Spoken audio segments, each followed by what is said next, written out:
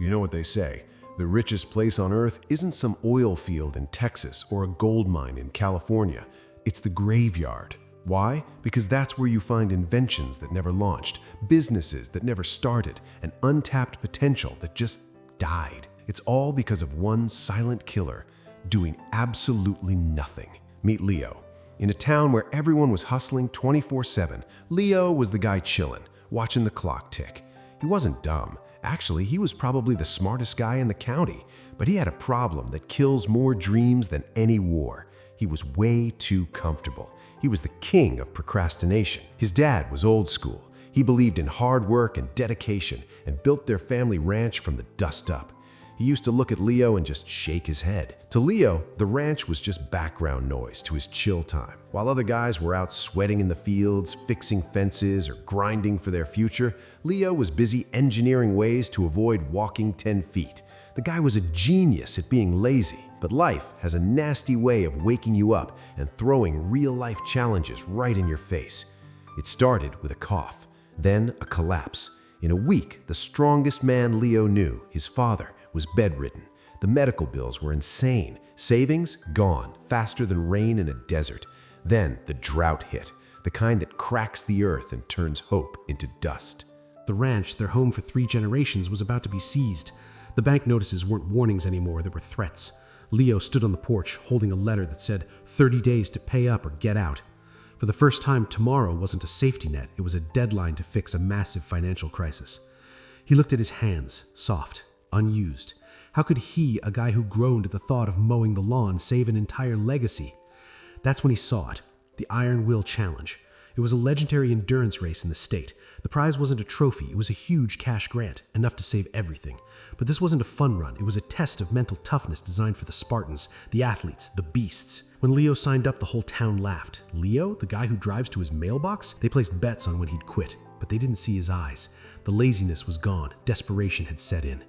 Race day arrived. The air was heavy. Hundreds of competitors, muscles rippling, adrenaline pumping, stood at the start line. First obstacle? Brutal. The rapids. A fast, dangerous river cutting through the canyon. The whistle blew. Immediately, the big guys just dove in. They were fighting the current, thrashing, using raw strength to swim against the crushing water. Leo didn't dive. He stood on the bank, watching. The crowd murmured. He's freezing up. He's scared. But Leo wasn't scared. He was using critical thinking. He saw the current's pattern. He realized fighting the water was a waste of energy he didn't have. So he ran, not into the water, but into the woods.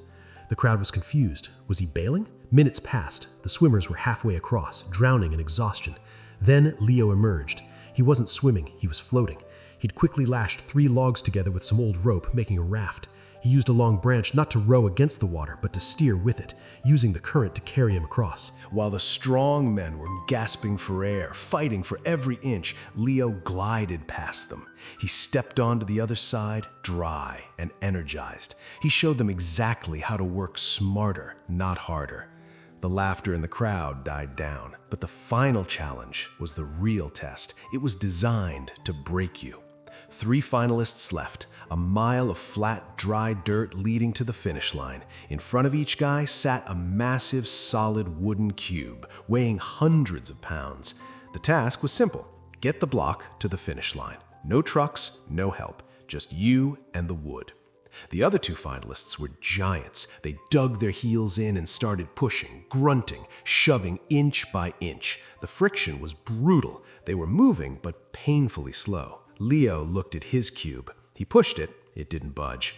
He knew his body. He couldn't out-muscle these giants. If he played their game, he'd lose. And if he lost, the ranch was gone. He checked the small tool bag given to every contestant. Most guys picked the gloves or harness.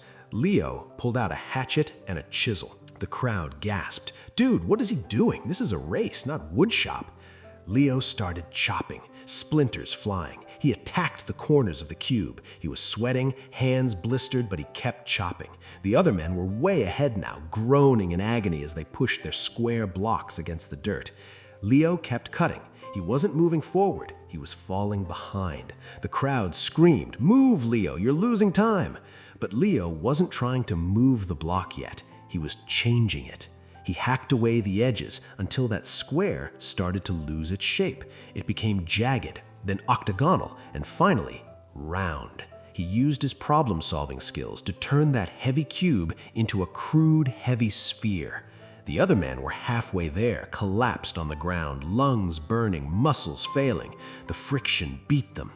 Leo stood up. He put his hands on his sphere. With one solid shove, the heavy wood rolled. It gathered momentum. Leo didn't need to push with all his might. He just had to guide it. He started jogging behind it as the ball rolled faster and faster across the dry earth. He passed the first guy, who was vomiting from exhaustion. He passed the second guy, whose block was stuck in the mud. Leo crossed the finish line with the sound of rolling thunder.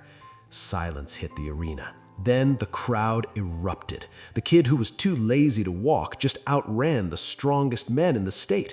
He didn't win because he suddenly became an athlete. He won because he realized his greatest weakness, wanting things to be easier, was actually his greatest strategy for success: efficiency.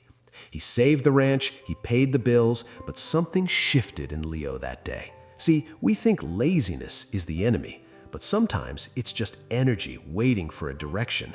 A rocket sits still until it has a destination. Leo realized you don't always have to break your back to succeed. You just have to use your head.